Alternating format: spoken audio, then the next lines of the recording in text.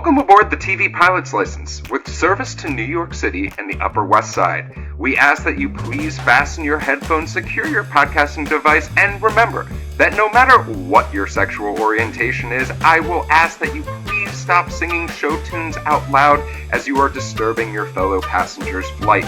Welcome to the TV Pilot's License. My name is Geoff Kerbis, joined by Rich Inman and Max Singer. How are you boys doing today? Shalom, my lonesome prairie dogs. I am fantastic today. I was wondering who would be the first to use that in the recording, and you got it real quick. I would love to. I love coming up to the West Side. People don't like it when I say I'm taking a number 2 out loud, though. Well, gentlemen, we are talking about the 1998, like the 90s and 2000s classic of Will and Grace. But before we dive too deep into this show, Max, do you mind telling folks what the TV Pilot's License is all about? Here at TV Pilot's License, we break down and analyze the pilot episodes of some of TV's most famous, or in some cases, infamous shows. We learn a little bit more about how these shows came to be and were originally made, if they're effective pilot episodes and making us want to watch more, and if we think they can be made today, go back and stream old episodes from wherever you listen to podcasts. Check us out on YouTube and TikTok to see our smiling faces. And if it is your first time flying with us, then welcome aboard. And Rich, what is your question of the week? Well, I thought I'd kick us off because we were, I feel like touching on 90s sitcoms are kind of like the, meat of the plate for us. This is kind of why we started doing this podcast. And I wanted to know, of the 90s tentpole sitcoms, we're talking Friends, we're talking Seinfeld, we're talking Mad About You, we're talking Suddenly Susan, etc. If there was one tentpole 90s sitcom cast that you would want to be friends with, now I'm talking characters, not the real life actors, what would that show be? All right. Well, I was thinking about this, Rich, because there's so many. The thing that's amazing about this question is you think like, oh, I know all the 90s sitcoms that were like super popular. And then you like pull up a list and you're like, holy shit, there were so many just good shows that existed that like technically started in the 90s. And yeah, they very similar to Will and Grace went beyond that. But when I look at it, I'm sort of like, all right, it really comes down to 2 for me. And one is Saved by the Bell, and the other is Boy Meets World, right? Like these so you're in high school. I hope. Yeah, I hope. Well, in Boy Meets World, they go to college. But my problem with Boy Meets World is everyone's coupled up, and I would just be the random dude that's just like there. When everyone's like, all right, we're going to go home, it's just like, well, Geoff, you just hang out by yourself. So I think I'm going to do Saved by the Bell and go back to school. Why not? Max, what about yourself? I mean, it's gotta be The Simpsons. Look at all those antics that Homer's getting into each week. I could be playing baseball. I could be in a bowling league. I'd have some bar buddies to hang out with after work. I mean, what doesn't that guy get up to? Oh my gosh.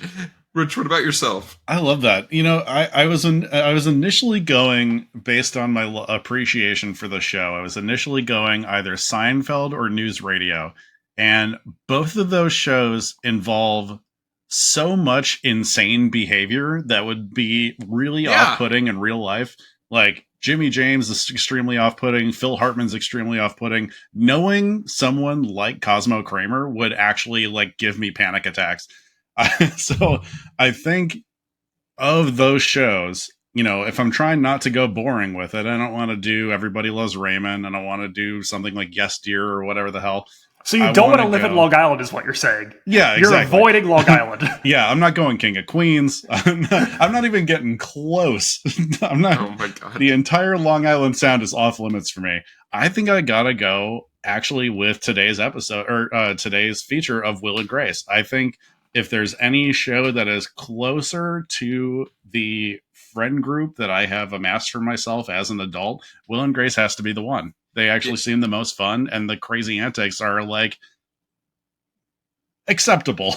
Yeah, for the most part, like I'm not bailing anyone out of jail from this cast. There's no one that is so abhorrent in this pilot that you're just like, you know what?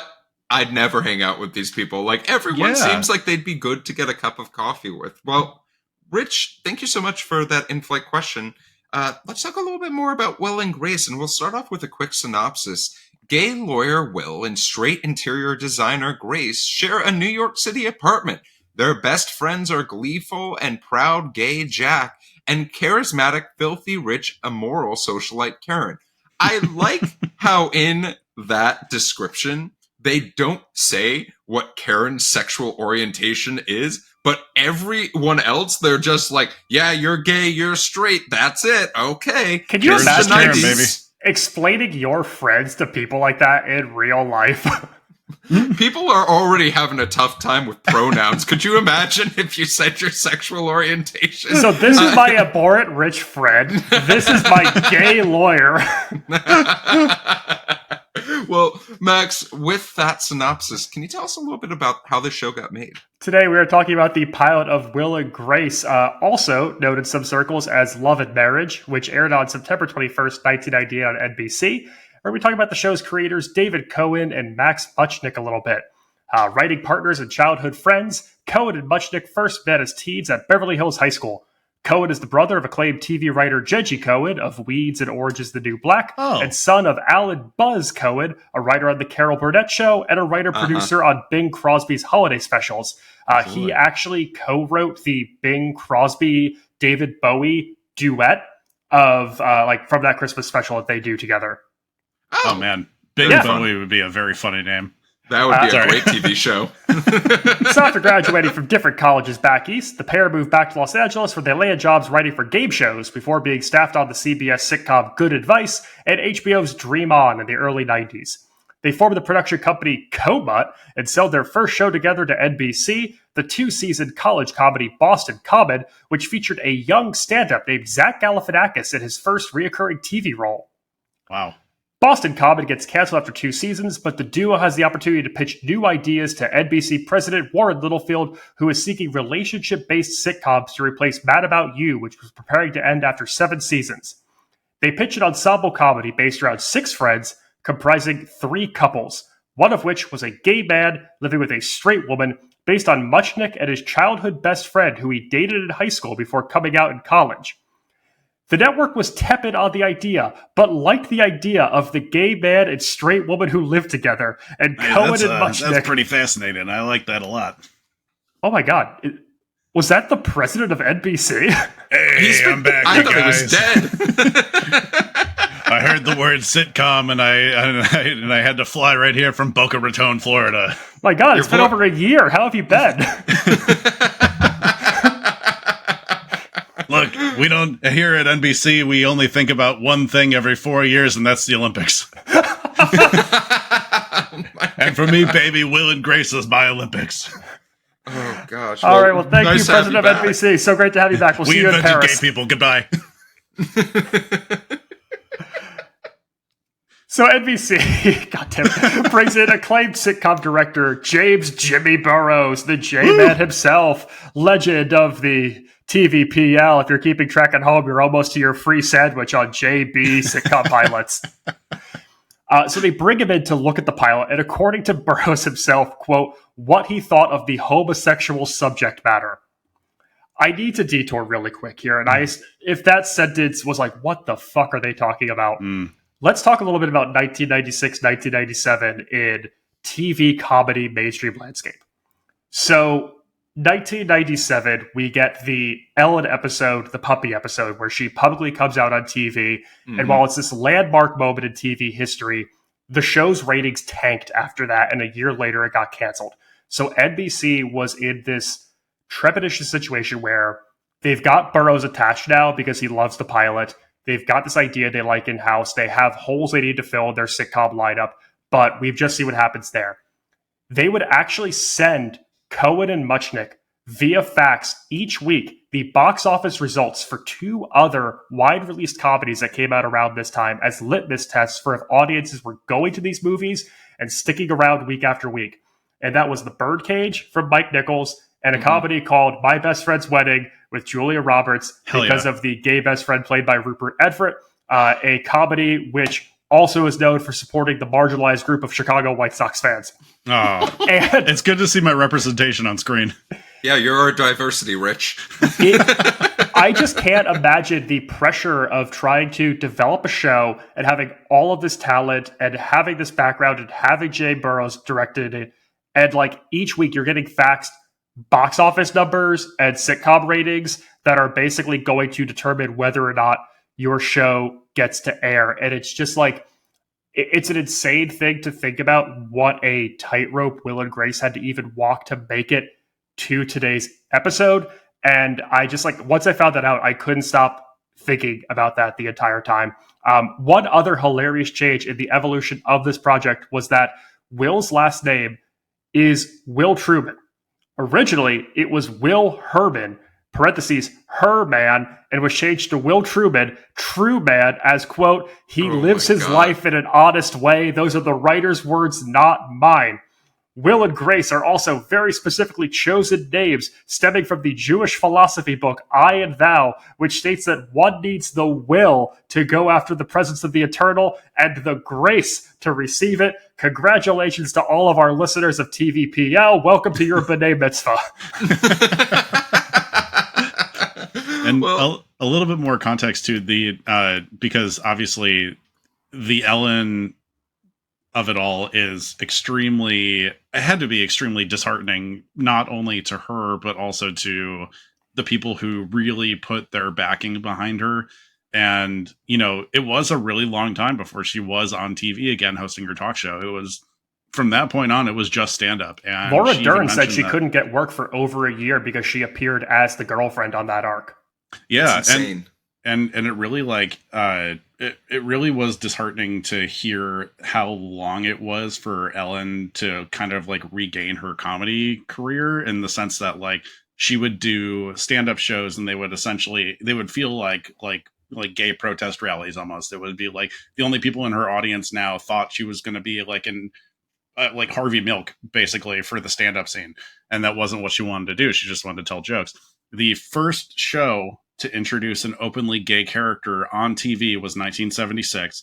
And then immediately afterwards, you know, obviously notable, directing from Norman Lear, All in the Family had an episode the year later in their very first season where Archie Bunker's like best friend from high school, like a pro football player and everything, comes out as gay on it. And it, until then, like at that point, zero gay,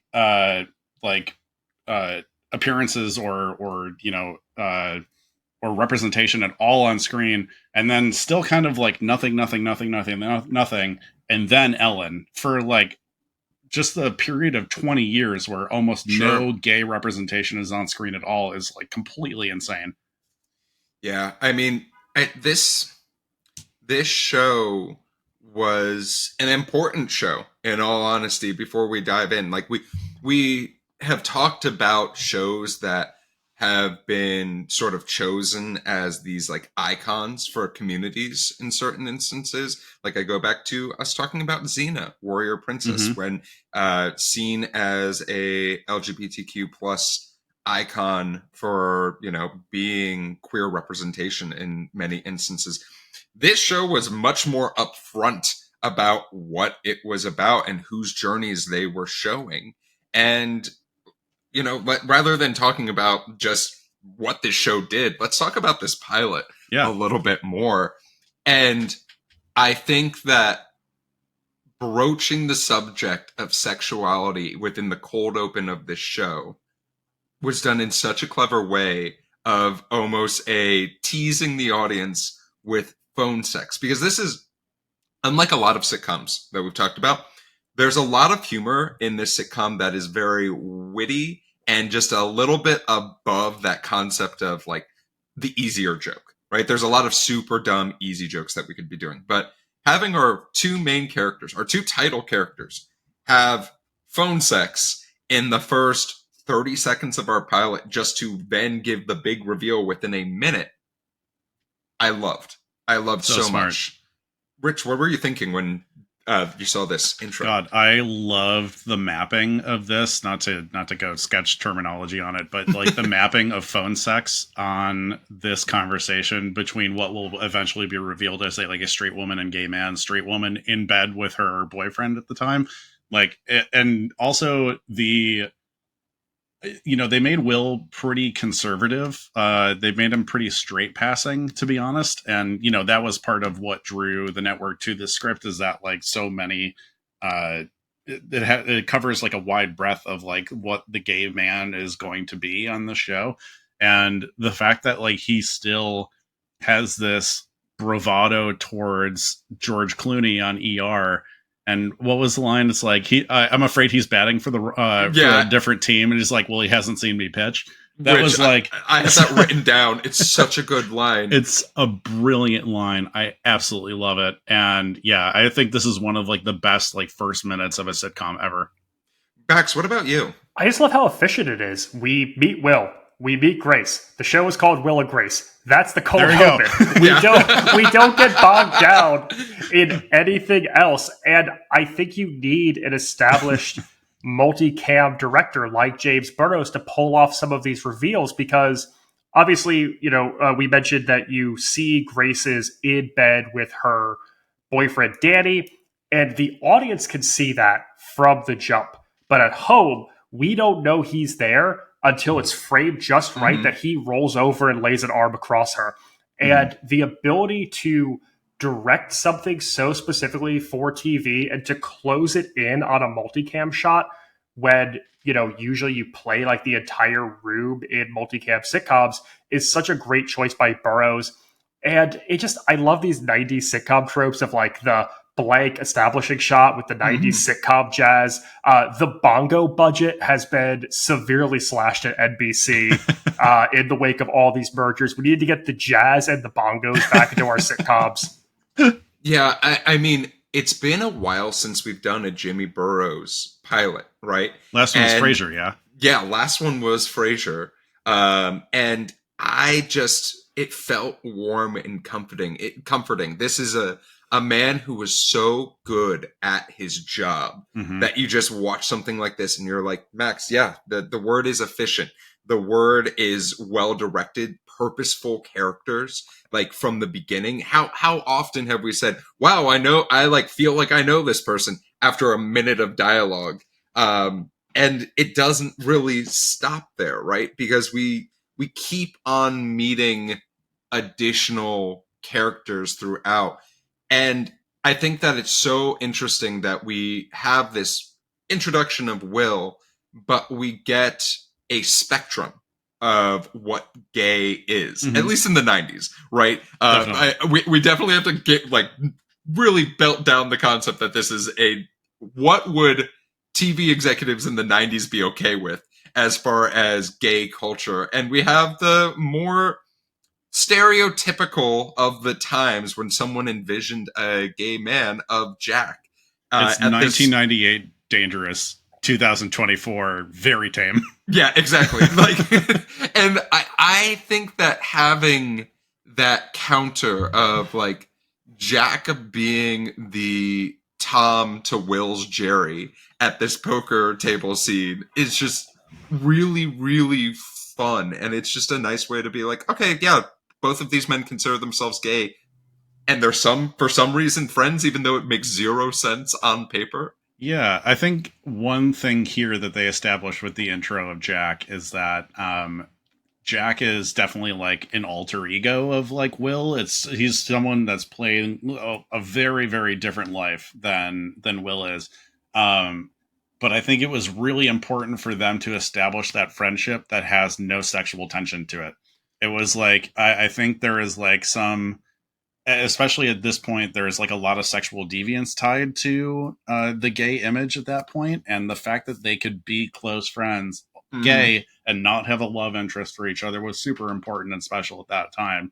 Obviously I have to imagine Ellen's probably throwing multiple remotes through her TV while watching the success of Will and Grace, because it's extremely unfair that she got that treatment while Will and Grace exploded. Max, well, Rich, what about you? To your point of it's important to have this relationship of it's just male friendship, but they both happen to be gay. There's a line that I read from Cohen and Muchnick where they're talking about a big influence being the line in When Harry Met Sally, where Billy Crystal says that like kissing ruins everything. Like a man and a woman can't be friends once they've kissed. And they wanted to basically eliminate the kissing from what could be perceived as romantic relationships. So in terms of 90s sitcom heteronormative, Will and Grace, in terms of the perceived queerness, Will and Jack. We're going to remove kissing from the equation immediately and get rid of anything of romance.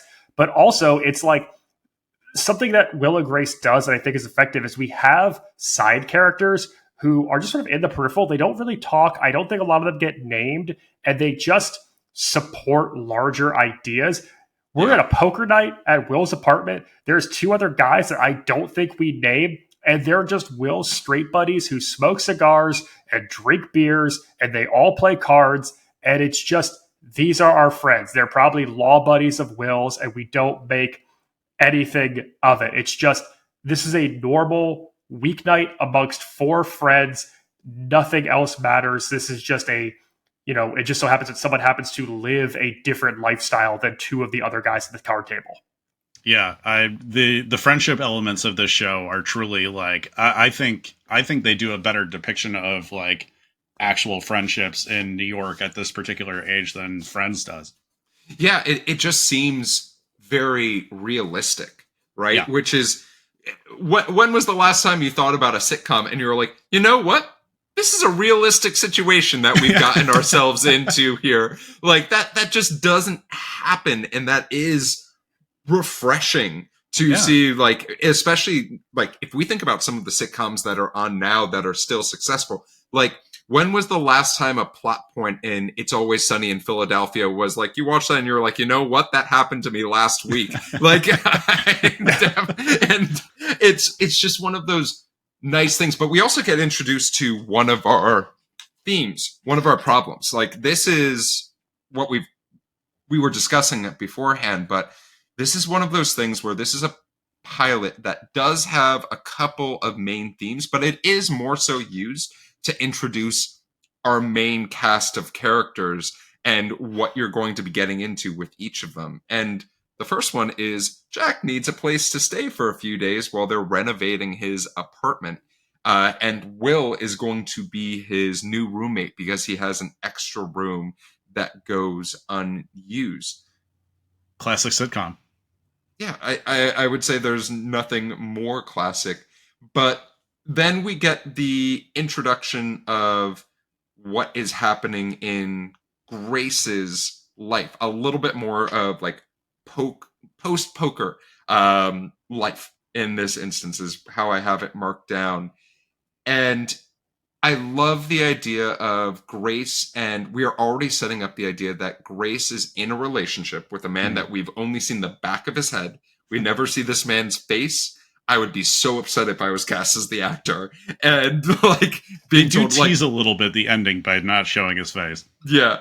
And we find out that their relationship is a little bit on the rocks, and Will doesn't really like Grace's boyfriend that much, if at all, in this instance. Yeah, I think this was a smart choice as well to build up more on the friendship element of it, because like, I don't know, I feel like in our dumbest like primate brains, we're like, Will and Grace, will they kiss? Will they fall in love despite him being gay? It's really like, I think they cement this strongly as like, oh, Will is Grace's ride or die. This is a trusted friend. This is the person who can tell them anything. This is the person who can like speak for them when they feel like silenced. And I don't know, I think they just do such a terrific job of establishing this in that first episode. I think this pilot is a masterclass in restraint more than anything else for a multicam sitcom, because it doesn't get too overworked or bogged down by introducing too many things. Danny is this character who sets all these plot points into motion, but he never speaks. Yeah. We never actually meet Danny, but he's so central to the plot. Another restraint moment for me is this running gag of Jack moving in and Will having a conflict every night. You know, we're teasing what could be the Oscar and Felix of it all. We're teasing this odd couple roommate situation we're never going to get. And there's a moment when Jack comes in and he's got like a big old suitcase in one hand, like a hat box, and he's got a literal bird cage in the other with a curtain over it. And it's never really talked about except for one time when he aggressively shakes it and a few feathers prop out. Shout out to the props department on that. But we don't need to see the bird. We don't need to hear the bird squawk. We don't need these things. It just gives you these little crumbs without feeling like we have to do it. Do you think that the birdcage was a nod to the movie? I would be surprised if it wasn't. These are really, it's a smart group of people. Yes. Right? What's that Simpsons meme right now where it's like the least thing? It's like the Kane from Citizen Kane. Like Jack walks in with the bird cage from the bird cage. So actually, what in the Jimmy Burrows episode of Smartless, because obviously he went on because he's worked with all three, Sean Hayes, Will Arnett, and Jason Bateman on different things. He does talk about how Sean Hayes was not supposed to shake, his character was not supposed to shake the birdcage at all. But because they he saw in the moment that they had put a bunch of feathers on the floor, just in case the covering came up a little bit, he wanted to make sure that he shook it hard enough that it looked like it was like violently losing feathers and in the moment. And that's so friggin' funny and smart. Sean Hayes is so iconic in this role. Like it like so iconic in this role, and the physical comedy and like just even the gestures he does when you see him on screen, he doesn't take up too much space, but he takes up just enough that you're like on that line of like, yeah, he's flamboyant, but it's great to work against a Debra Messing in this instance, or like an Eric McCormack in this instance, where they're a little bit more like drawn back as actors. They definitely can show out, but we surround them with these gigantic personalities as well. He has a line too that I love, and this is Sean Hayes as Jack, where when Will tells him that Grace is staying at the apartment and he can't stay there tonight, he says, I could have turned you into a human being instead of this rude, self-absorbed person you are. And I love that we get this full spectrum of the character. We see that other side of him too. And it's the resistance in this pilot to be too over the top, to be heavy-handed. It's the use of subtlety and showing different sides to people that makes it so effective. Yeah, there is a through line that we keep teasing with Grace and Danny, but this is an old school sitcom series of vignettes about four people and their relationships and setting up how these four people are going to connect in different ways, and if you are going to be interested in that or not. In the Jimmy Burrows book, where he, in the section where he talks about how Will and Grace came to be and like the development of characters and everything, I mean, he puts it point blank that Jack was like the most calculated character in the entire show because they knew it would test the audience's mettle a little bit. And, you know, while they were getting network note after network note of like, is this too many gay jokes? Are we establishing a stereotype? You know, they were worried about coming off as homophobic in writing the Jack character as a whole. And they actually, everything down to his outfit in the pilot is extremely calculated in the sense that, like, yes, this person is going to be more promiscuous. He's going to be more, you know, audacious than Will, but he's also going to be like country club chic in his outfit to make him like, to give him the agency to be crazier. Like if he came in wearing like a mesh tank and everything like that, and like, you know, feathers in his hair, like, yeah, you wouldn't be able to get away with that. It would feel too much like a stereotype. But by making him like, you know, a more rounded figure, he gets to play all that. But this also goes to the idea of like, why did this get launched, right? Why did this get greenlit? And you have to think that when they're trying to teeter the line of, we're going to have two gay men on the screen, or two characters that are gay on the screen, what will 1998 America accept or willingly watch week to week? And that's one of those things that I'm just like, you had to go across such a tightrope. To me, like Jax seems more like the stereotype, but we can't fully lean in to this. I almost think of, like, we brought up the birdcage, right? We can't have Robin Williams in the birdcage. We can't. Like, the world will not accept that, to watch that every week. Well, that's literally the plot of the birdcage. Yeah, I know. I love that movie. Well, and that too, like, I mean, that was a big swing, but also pretty tempered in the sense that, like, Robin Williams is not gay, Hank Azaria is not gay. I don't know the timeline of this, but Nathan Lane might not have been out yet. I know they almost outed him on Oprah accidentally, like in the 90s, but I can't remember if that was because of this movie or a previous one. But like, the three main male leads not being like outwardly gay yet is like, it's shocking. It's like, I don't think it's something that could have possibly been done today. It was like, sticking the toe in. Well, neither is Eric McCormack in this. Yeah, that's true. So let's move our plot a little bit forward, because I want to make sure that we talk about a few more of these scenes that we do get, because we get introduced to our fourth main character by showing that these characters, unlike in Friends, where you're just like, what do they do? We never really see them work, and they afford these gigantic, beautiful apartments. We start to see what our characters do. Will is this high-powered attorney who works with some very important people. We see one of his clients. And Grace is an interior designer with one of the most wild characters. And like, I love Megan Mullaley so much. Oh, yeah. I love her so much. And I think Karen Walker is one of the most iconic characters that NBC has ever had under their purview as a network, because it is loud, it is boisterous, it is offensive, and you can't get enough of her. It is the best version of, if someone was like, hey, I want a female Kramer, this is like beyond anyone's dreams of what you could get. They made a rich employee who doesn't cash any of her paychecks.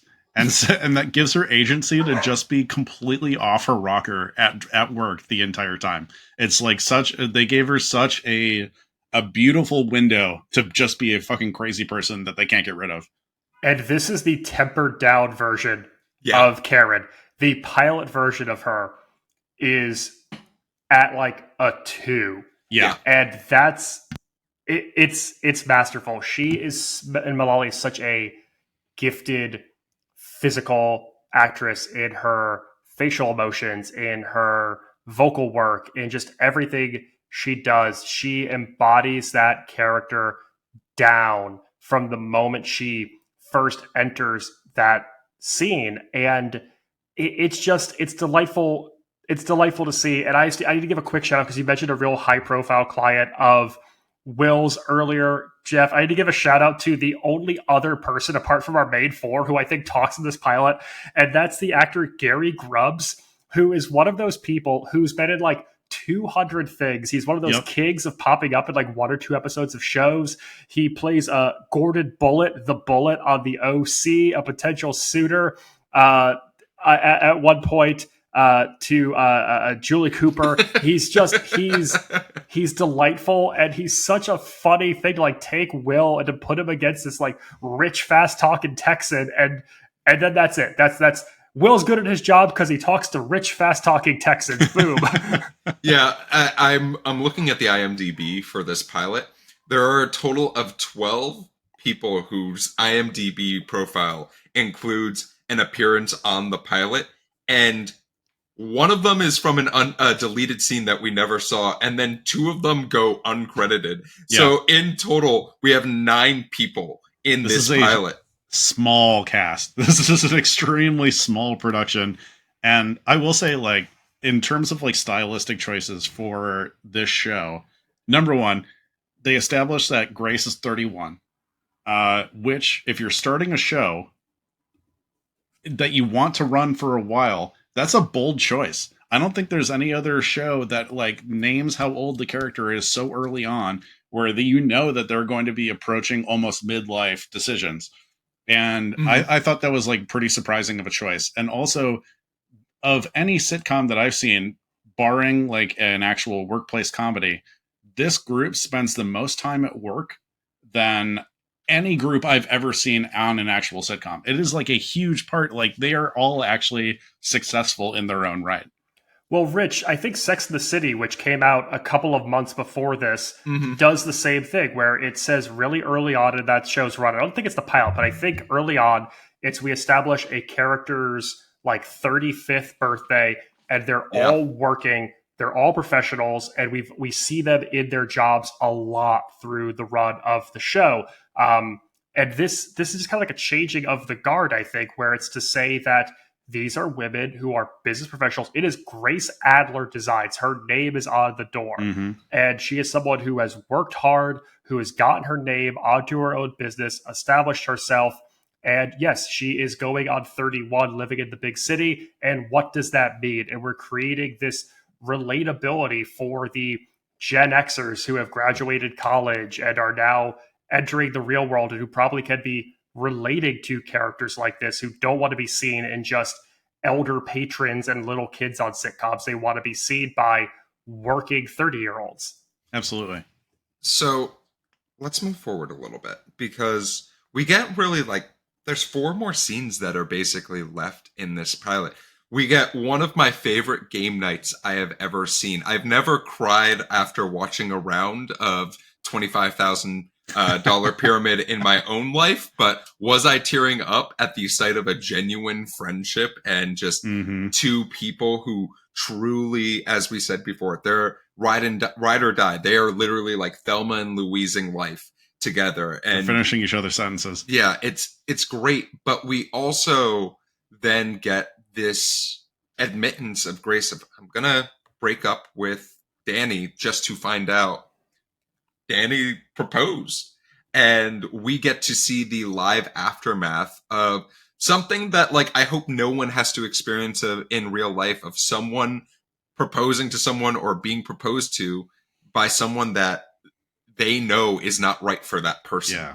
And I loved using the character of Jack as almost this sounding board to Will's decision making rather than just us having Will in the apartment just being like, he's not right for her. He doesn't deserve her. Instead, we get to see the opinion of this third party of Jack.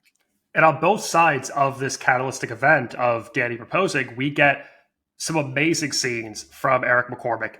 In the Game of Pyramid with Grace, we see their secret language. Those one-liners fire so quickly. The rapport is there. The connection is instant. And that scene really sold me on the two of them as the leads of this show. And on the other side of it, we get the dramatic turn of Will's monologue on why she should dump Danny and why he's not good enough for her. And I love the beats that Eric McCormack takes here. I love the way that he delivers the speech to her. And again, it's that seeing the other side of the character. It's I'm going to be your goofy game night best friend, but I also am so deeply invested in you that I'm going to be the one who's going to tell you the thing that's going to hurt the most. Yeah. A line that comes back later on. But I think it's a beautiful monologue and almost unexpected in how serious its tone is in what is supposed to be like a laugh out loud sitcom pilot. Yeah, I mean, this aftermath, this gigantic problem that the audience sort of gets introduced to in the last like 10 minutes of the pilot, maybe, is such a great way of even when you think that our characters are close, to put them even closer in their relationship with, as we said, this gigantic life choice later in a TV character, because like I didn't know TV characters were allowed to be introduced to us after the age of 24. I thought that was the law. And I love seeing this be even through the hardest moment in someone's life of realizing they're saying no to starting a family potentially or checking off that bucket list item. We see Will and Grace, we keep on saying the show's name, get closer, form that bond, and the audience gets to discover, hey, this is what I'm in for. I'm in for this beautiful friendship. And we see that come to almost a close in the idea of we have the scene in Will's office with Grace in the worst wedding dress I've ever seen in my life. And I'm glad that they discussed it in the pilot, but like, oh my dear God, I was guffawing at this wedding dress in not a good way. Yeah. I feel like that's a really big, that's such a good moment of visual comedy for this, of just like, oh, you're an interior designer, clearly has amazing taste. You have a gay best friend, and you're going to pick the ugliest wedding dress that you found last minute to have a courthouse wedding. It's literally, I mean, you couldn't have set that scene up better. And we end this pilot in a really fun way, right? Like, Max, I'm glad that you brought up the When Harry Met Sally of two friends kissing, right? Because we have our two friends kiss as they pretend that they just got married. Yep. So that they get free drinks at a bar in New York. And I love that we got it out of the way. We ripped off the Band-Aid of, this is never gonna fucking happen. They're not gonna end up together. They're not going to, end up in an apartment together, both decrepit just because of that. They are not sexually interested in each other. And this is about their journey of being friends. At least that's what I got. But I'm curious, what did you guys get from this cute little final scene that we got? I personally thought it was such a good way to take the wind out of the sails of the, oh, are they actually in love with each other kind of thing.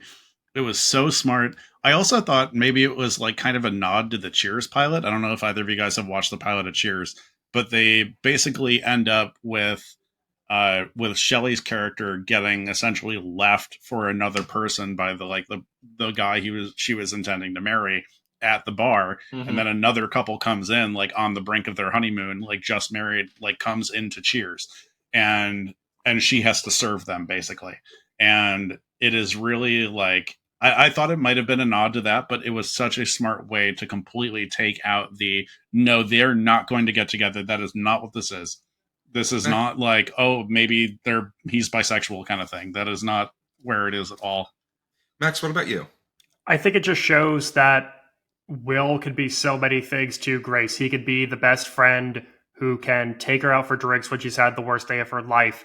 He can be a protector of sorts, playing straight and pretending to be her new husband to keep everyone else at arm's length and allow them to have their moment. He could be so many things. And I think it establishes that we're going to see all those dynamics in this show. I think it's a very funny way to end the episode, but I think it also just is so important to have it end on them. For everything else we've seen where it's like, oh, it's this quartet and how are they going to intersect and how are they going to interact?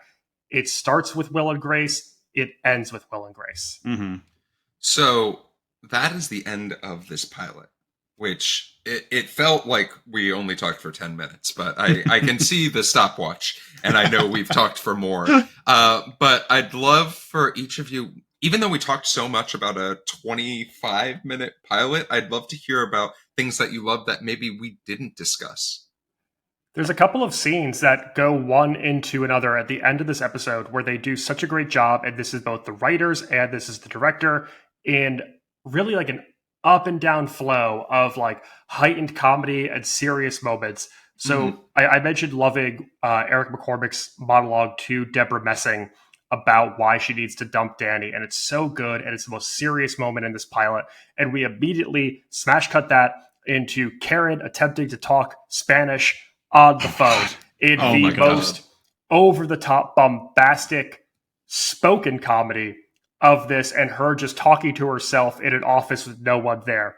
We cut that into Grace preparing to storm into Will's office, but before she could give her heightened speech, she gets her veil caught in the door. And we just do these up, down, even in the bar scene. Will has to give the toast of Mary and Grace, and he says, here's to the old ball and chain. If she makes it through the night, ba-bang.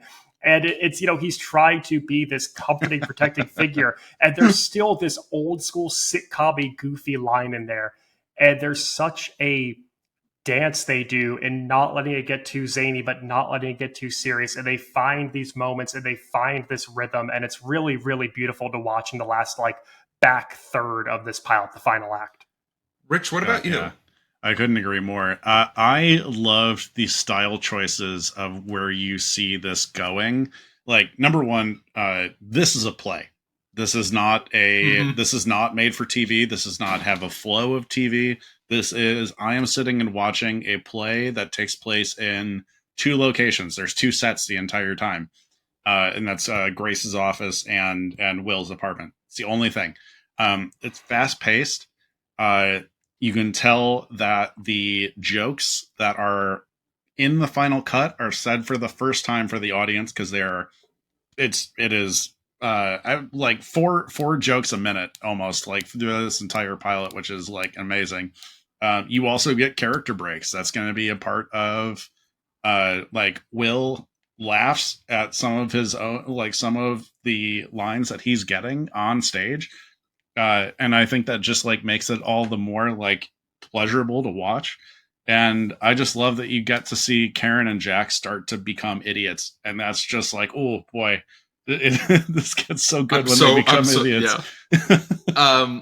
For myself, I love when a show can do multiple versions of a joke and it's funny every single time. And there's one really great instance that I'm going to bring up. There were multiple instances of this. But when everyone was talking about how gay Jack is and how like everyone knew Jack was gay, and Debra Messing, aka Grace, comes in and says, "My dog knew you were gay," was just the funniest fucking thing. I was cackling throughout that entire thing because I don't know how anyone said that with a straight face because I would have lost my mind. Yeah, exactly. I love that line, and then just having that constant joke of Jack coming in with all of his stuff and being told, "Hey, you're not going to be staying here tonight." Each time, very, very funny. Like, yeah, it's just such a well done pilot, and like applause to Jimmy Burrows, right? Mm-hmm. Like, just so much applause because this is one of those instances where you're just like, yeah, this is just from start to finish fantastic. Any wait a minute moments? I'm curious about this one because I might have one, but I'm curious if either of you two. I have one, and it is a wait a minute to Eric McCormack's feathered hair. I don't know who thought this was a good idea. I keep calling him Rob Lower and Rob Lowest every time I see him on screen. It is delightfully feathered and just looks so bizarre. Rich, what about you? I've actually got two. Number one, the proposal plotline of this felt too sitcom-y for what they were trying to accomplish. And I think they could have gotten to their end destination without the like hasty proposal, am I going to break up with him thing. It just felt a little too sitcom-y to me. Number two, you don't get the beauty of seeing Jack meet Karen for the first time because that is when this show gets tied to a fucking rocket ship in popularity because Jack and Karen become like the entire show, basically. Will and Grace is, it's still going to be the title, but people tune in for Jack and Karen. And and to your point, Max, when Karen's still finding her voice, they literally gave her the stage direction of raising the register of her voice every episode until they reached a limit for the audience. Like if it was too much for the audience to laugh at, that's when they stopped. And that's how she got her classic delivery. Yeah, and I mean for myself, if you look back at the TV shows that NBC had in the 90s and stuff like that, diversity seemed to be hard.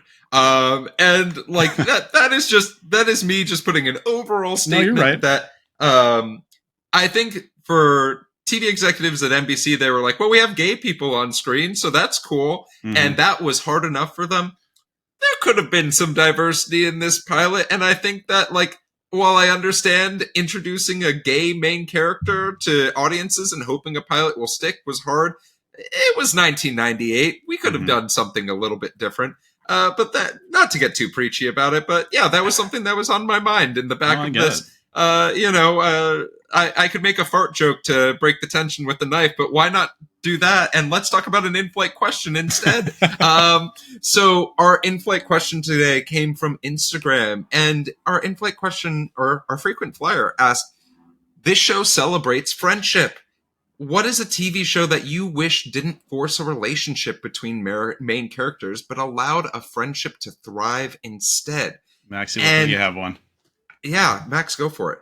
The first one that came to mind when I heard this question from you, Geoff, was not one, not even two, but so many times we saw this on That 70s Show, where they couldn't let people just evolve and become adults. They had to do it through the lens of romance.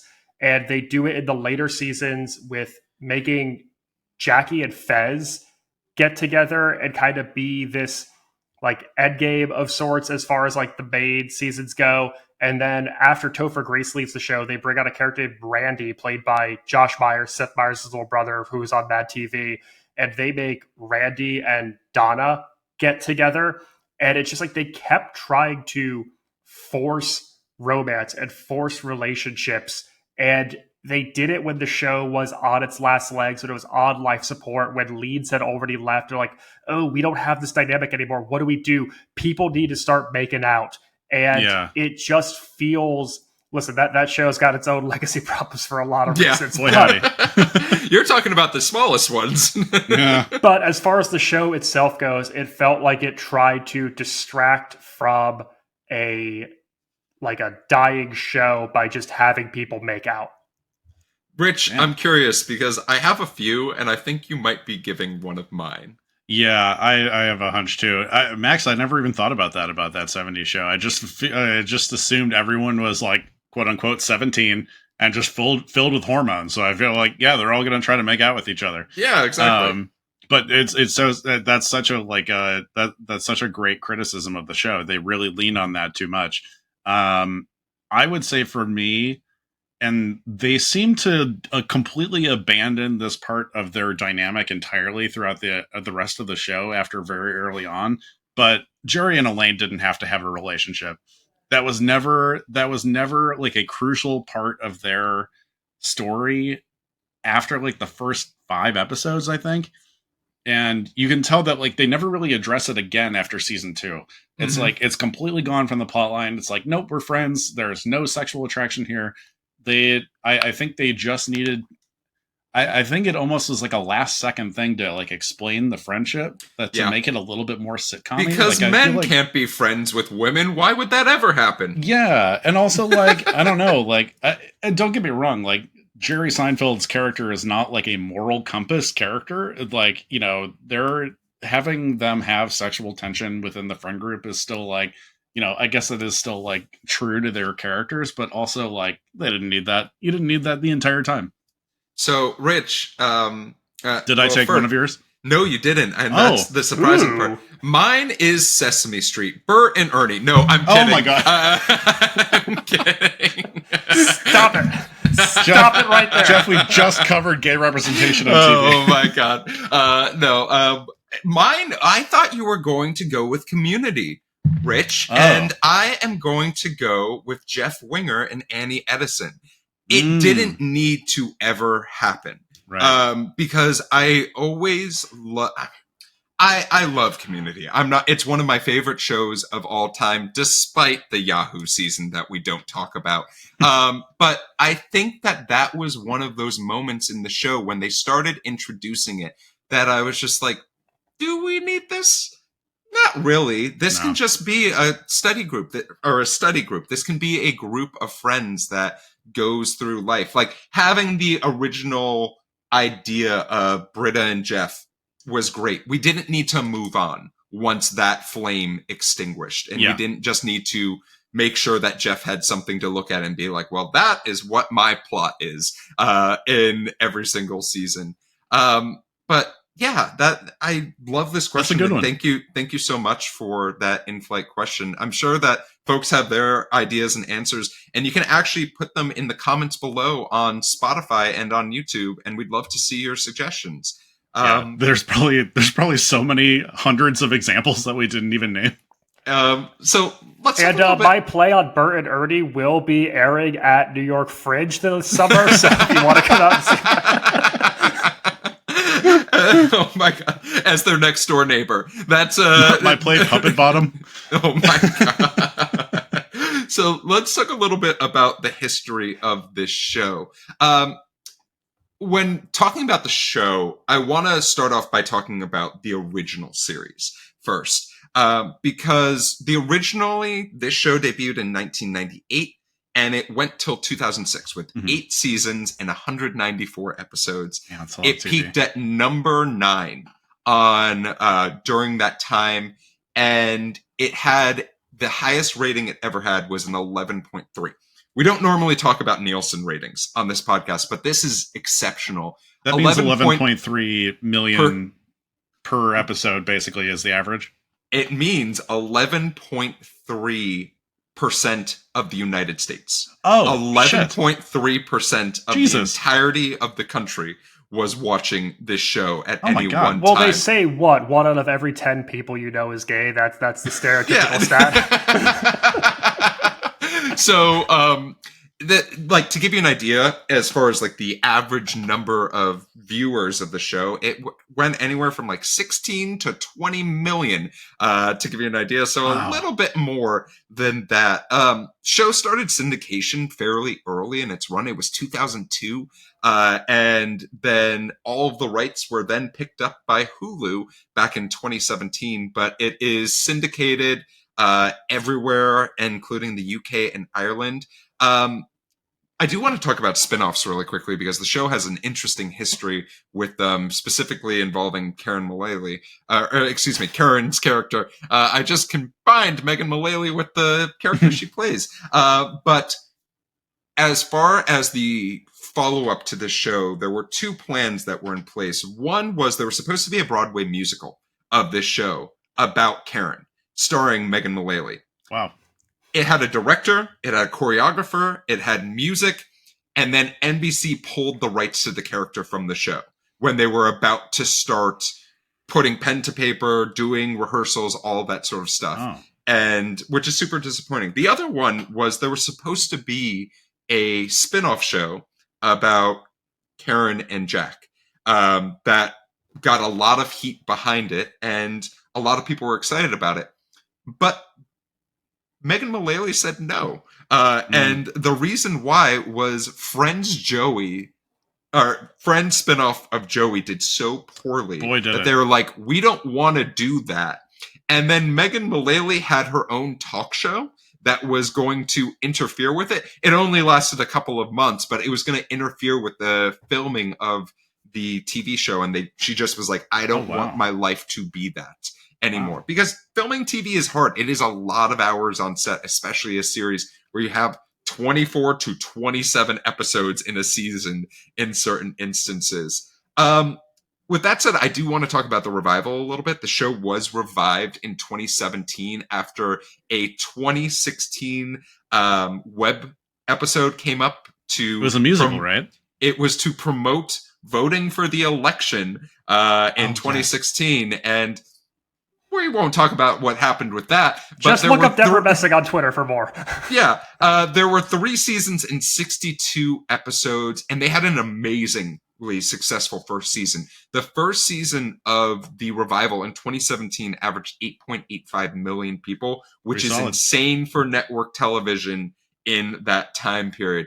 All of the original series are on DVD, but none of the new ones as of right now. Who knows? If you ask hard enough, maybe they'll make them. Let's talk about awards. This show had 206 nominations and 51 wins, including 18 Primetime Emmy wins and 7 SAG awards. And surprisingly, despite numerous nominations, 0 Golden Globe awards, a ton of GLAAD awards. But hey, Sean Hayes has 3 surfboards for Teen Choice Awards for winning Choice TV's Best Sidekick Character 3 different years, which absolutely amazing. And if you want to watch this pilot, you'll find it on Hulu or Disney Plus, whichever one that you like. But yeah, that's the history of the show.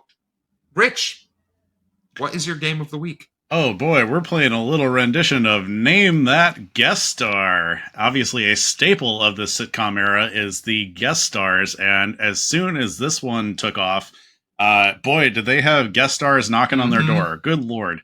Everyone you could possibly want to see on Will and Grace ended up being on Will and Grace, so I wanted to give you guys a couple clues and see if you can name that guest star. I have 3 for you.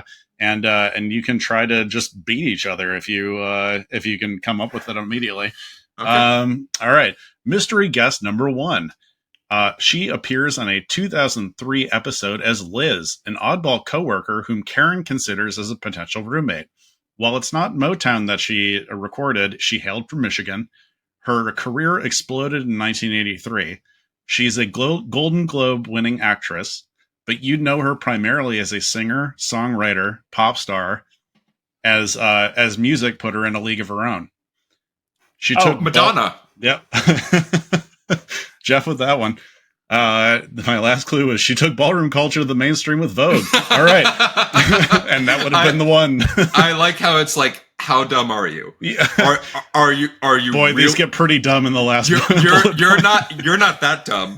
Are you a little dumb? Or are you really dumb? Let me just tell you what it is. It rhymes with Badana. Oh god. We got mystery guest number 2. On the 4th season, he played a singer auditioning for the Gay Men's Chorus against Jack. Known primarily for his acting career, which launched in 1988 with a non-key role in the Julia Roberts hit Mystic Pizza. After some more forgettable... Is this Matt Damon? It's Matt Damon. You knew he was in Mystic Pizza? Yeah. Wow, I had 4. He's not even on the poster. I had 4 more guests. I had Wait, 4 more. Pizza from Mystic Pizza? God damn it. All right, my last one. He appeared twice in the 5th season of Will and Grace, the original one, as a partner for Will's law firm. This was his last on-screen role before he passed in 2016. Which is fascinating. Despite him being a star of stage and screen for nearly 60 years, this appearance got him his only Emmy. He started out in Cambridge, Massachusetts, and was strictly a stage actor until he met a young upstart writer named Melvin Kaminsky through Melvin's then girlfriend. He played a mad scientist, a cowboy. Is this Gene Wilder? It's Gene Wilder. Wow.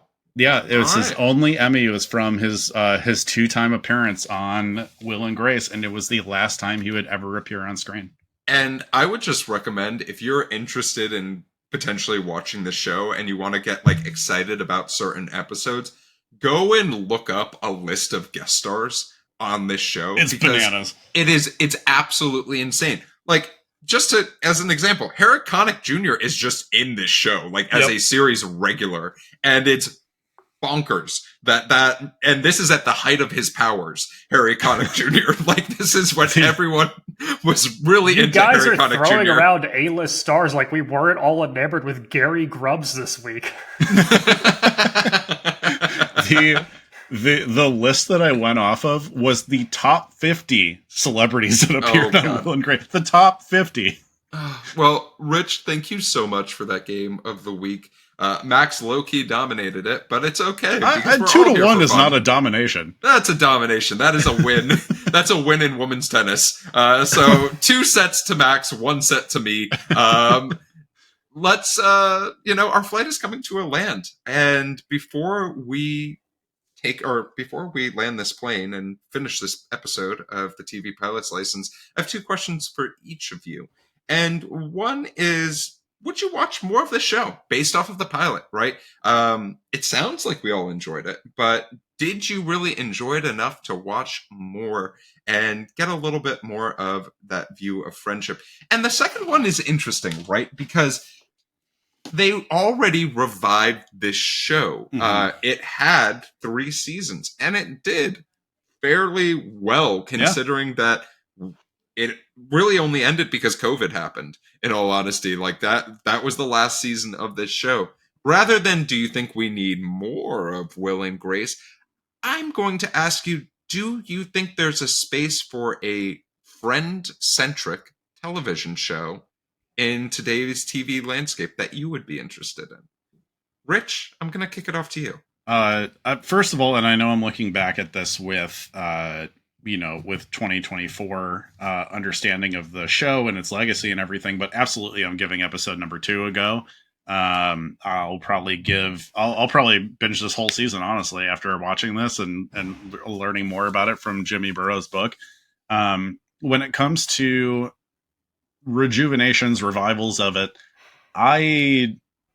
the second series is what all it needed to be. We're we're in the end stages of the reboot craze right now, so I don't think we need this. I don't think we need 6 seasons in a movie from the revival of Will and Grace. I would love to see a similar depiction of maybe a group of friends that have what is known as alternative lifestyles now, whether it is like being trans or, relationship anarchists or, and whatever that means in this particular time, even though that scope is narrowing now. And the acceptance of almost everything is pretty mainstream at this point. I would just love to see that be portrayed somewhere. I would love to see something that feels shocking for 2024. Yeah, I'm going to be 2 for 2. This is a definite slam dunk yes for me. I'd want to keep watching. Yes. I love that it's old school sitcom sensibility with contemporary, at least for the time, issues. I love the pacing of it. I love the jokes in it. And I love the dynamic of its characters, which is the most important thing of all for a show called Will and Grace. I like Will. I like Grace. I'm sold. As for your second point, unfortunately, I think we've oversaturated this market over the years of sitcoms about friends. And there's things that have done in contemporary that are very successful. Girls, or in a different way, like You're the Worst on FX, which are about friends in their 20s and 30s living their life and interpersonal stuff. But and while I agree with what you're saying, Rich, I just think that kind of pack is so overdone and it's hard to get past that stereotype, as iconic as it is. So I'm just going to say leave this as the tentpole for what it can be. Yeah, and for myself, I'm definitely watching more. I've watched a lot of this show already. I remember watching the series finale and crying because I thought it was a perfect finale to a show like this. And then getting unreasonably upset when I heard they were reviving it because I was like, we don't need more of this story.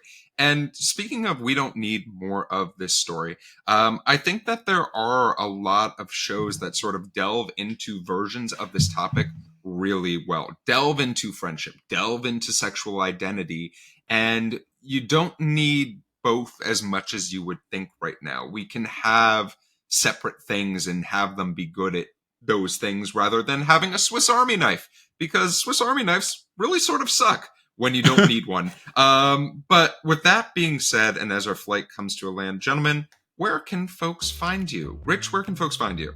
You can find me being Rudy the Judas cowboy you met on the internet. And you can also find me on Instagram at Damn That's Rich. You can find original sketch comedy from Max and myself at Dadwagon Comedy. Max?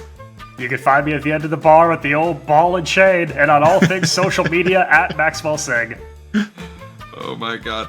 And you can find me just trying to remind Jack, oh shit, Jack, you can't stay at my place tonight. My wife lives here. But if you are looking for me on social media, you can find me at RunJeffRun. If you are looking for the TV Pilot's License, you can find us anywhere you listen to podcasts, as well as on YouTube if you want to watch our smiling faces, and on social media at TV Pilot's License. If you have a question for the show, maybe an in-flight question, we'd love to have you as a frequent flyer. You can shoot us an email at tvpilotslicense@gmail.com or give us a call at 213-290-1713. Make sure to watch out for our Instagram for some of the sneak previews of some of the stuff that we have coming up. But with the plane landed and the seatbelt sign off, we look forward to flying the bright skies of the TV world with you again soon. And until then, Mullaley, like Shillelagh.